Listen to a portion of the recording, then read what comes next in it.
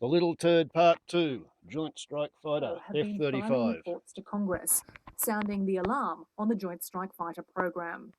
Mike Sullivan says the planes are so late and have sucked up so much money from the defence budget that the US Air Force, the biggest air force in the world and the cornerstone of Western air power, is now being held hostage by Lockheed Martin. We're beholden to a single source. We are held hostage to one contractor.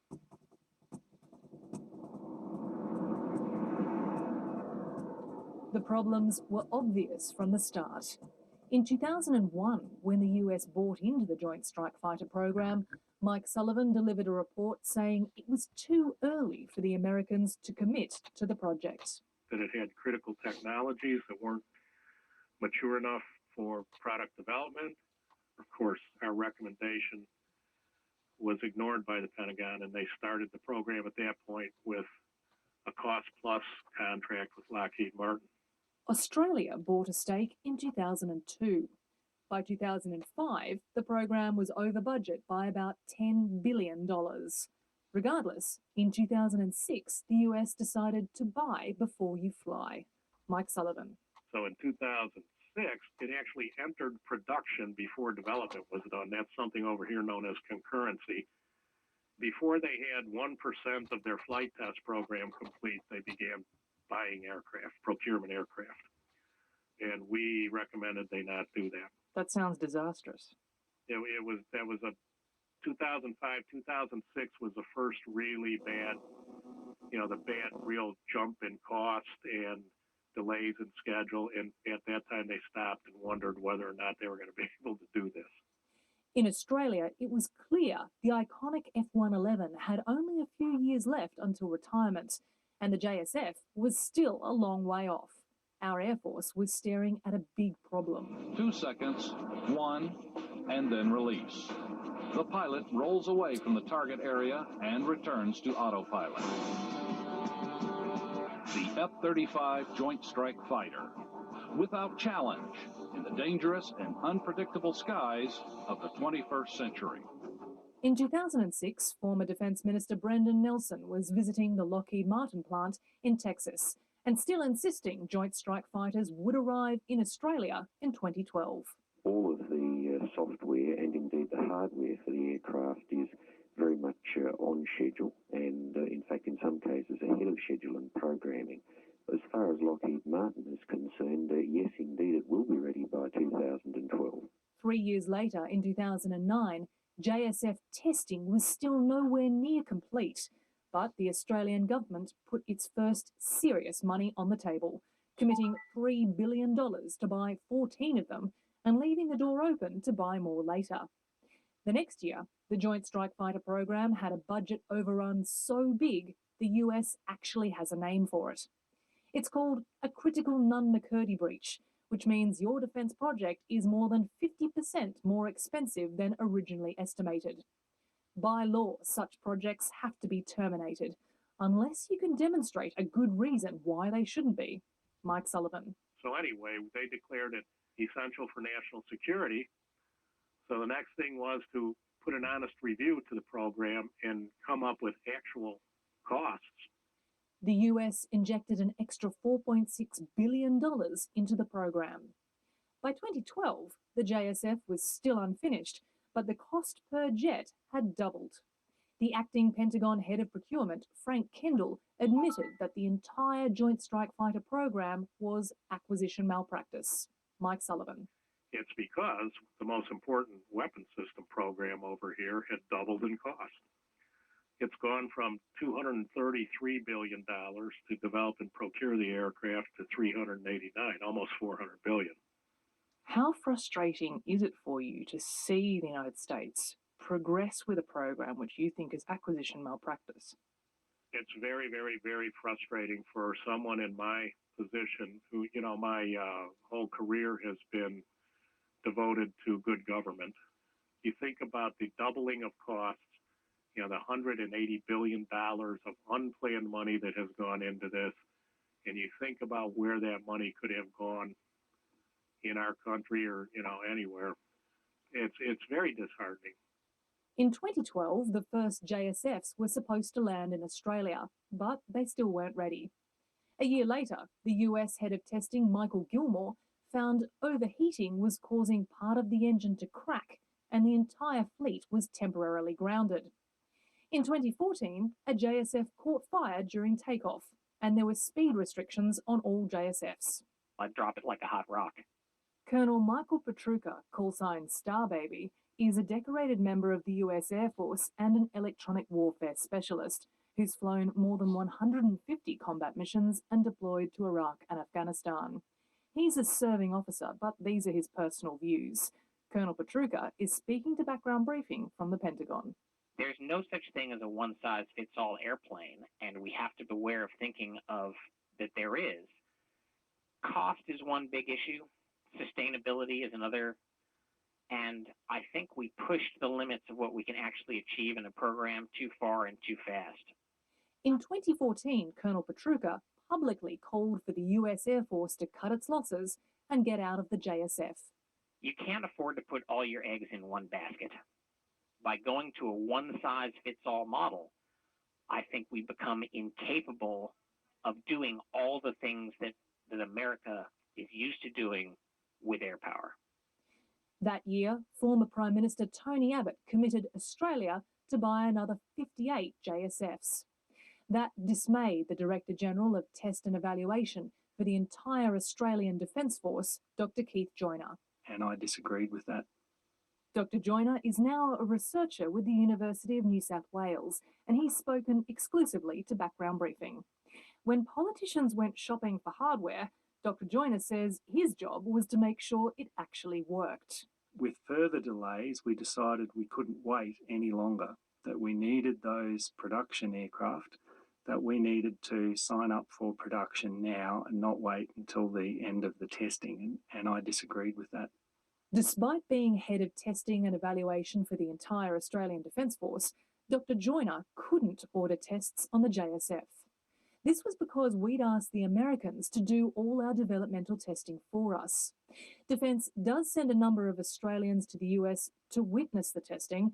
Keith Joyner says that's not enough. And for me, their assessment only really counts if they're a participant. The most important thing is the number of people participating. So as a full participant, it's 0. Dr. Joyner was so concerned that in 2014, when Australia committed to buy another 58 JSFs, he asked if we could send flight engineers to fully participate in the testing program. He says Defence said no. I suggested that if the risk of our ageing aircraft was so bad that we were prepared to sign up for aircraft for production before they're tested, then we were at the point where we should commit some T&E people to that program to help make sure that it occurs. But at that point, I got a lot of interference that, well, no, that's not the strategy. We're trying to avoid the expenses of developmental testing by not participating until the aircraft is complete. I thought that argument was getting a little shallow. Australia does receive test progress reports coming out of the JSF plant in Fort Worth. Dr. Joyner says not much is done with them. My understanding is that they're not formally put through our test agencies for comment or feedback. So they're on the shelf somewhere. I won't directly answer that one, Sarah.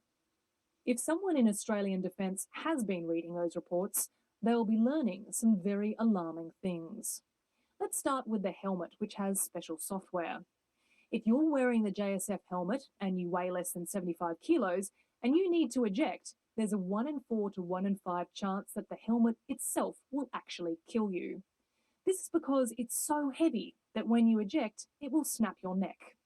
And even if it doesn't kill you, there is a 100% chance you will sustain some sort of neck injury. 75 kilos might not be much for a man, but that weight range captures a lot more women at a time when the RAAF is touting its new female pilot program for the JSF. The helmet isn't the only problem. Another one is heat. It's about 28 degrees at the Williamtown RAAF base, the future home of Australia's JSFs.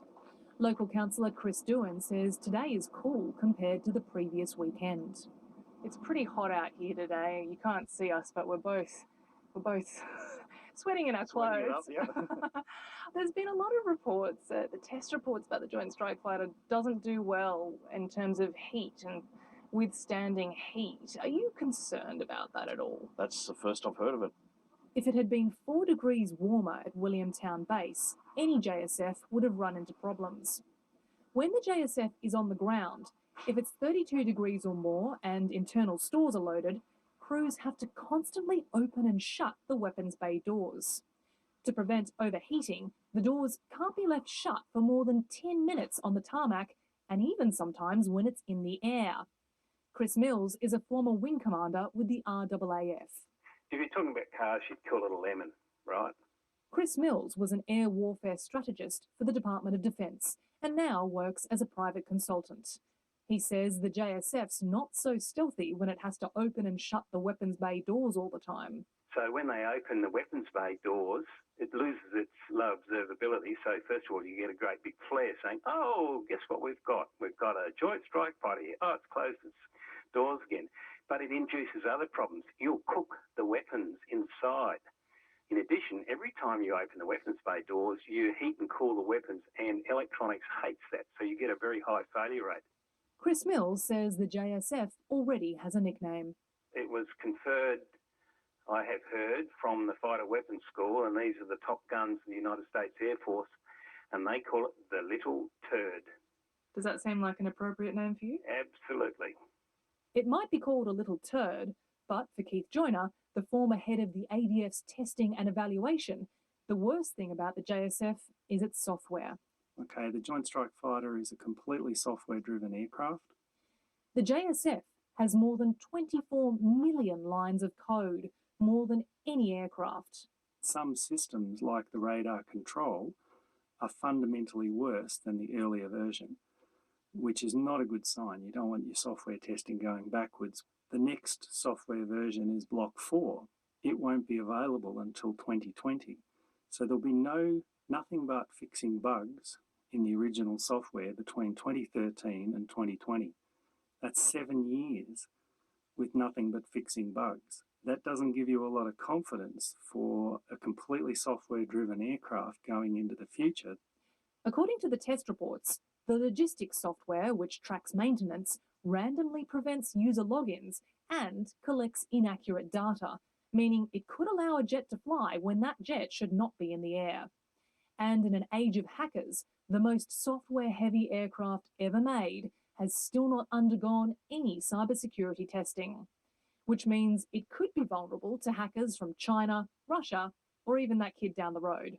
It hasn't done any cybersecurity testing yet, the aircraft. The only system that has done cybersecurity vulnerability and penetration testing is the logistics software, so ordering spares, and it didn't go very well.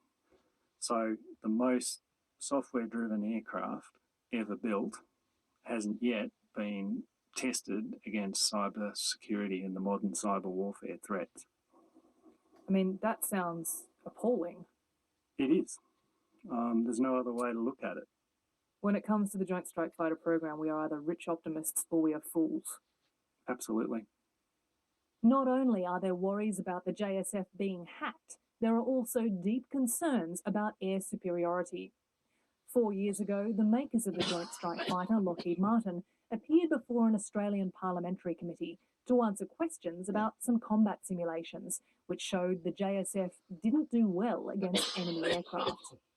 As the bells were ringing for a Senate division, Lockheed Martin's Tom Burbidge told the committee that the company's own simulation showed everything was fine. Pilots from the Royal Australian Air Force and all the participating nation air forces and all 3 U.S. services come into the manned tactical simulator, pilot in the loop, high-fidelity simulation of an advanced high-threat environment. And the results of those simulations show that the airplane is effectively meeting the operational requirement that it has. Less than a year later, the senior weapons system advisor to the US Secretary of Defense contradicted that claim. In his 2012 report, Dr. Michael Gilmore said there was no verified flight simulation for the JSF.